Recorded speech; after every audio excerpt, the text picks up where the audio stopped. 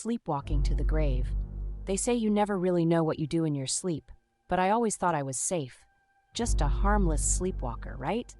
But last week, I woke with mud caked between my toes and a trail of footprints leading straight out my back door. I laughed it off until I realized where the trail led, the cemetery next door, stopping at the fresh grave of Mrs. Adler, the neighbor who never liked me much. I brushed it off as a creepy coincidence, but something in the pit of my stomach felt wrong. The next night, I started setting up traps, flour on the floor, my phone recording by the bed.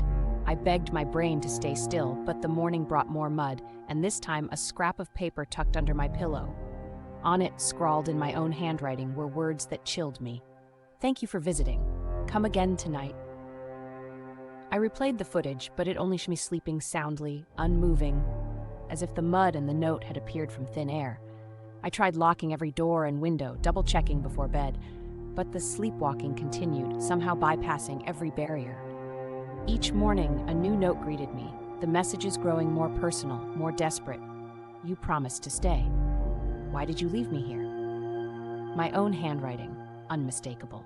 I started to feel watched, even in daylight, and the cemetery's shadows seemed to stretch closer every evening. Last night, I forced myself awake at 3 a.m., compelled by a whisper only I could hear. I found myself standing by the grave, barefoot and shivering. A cold hand closed around mine, and I looked down to see mud-slick fingers entwined with mine, my handwriting carved across the back of her hand. "Stay." When I broke free and ran, I left muddy footprints behind. But this morning I woke to find them circling my bed. And tonight, there's a fresh note. This time, you won't wake up alone.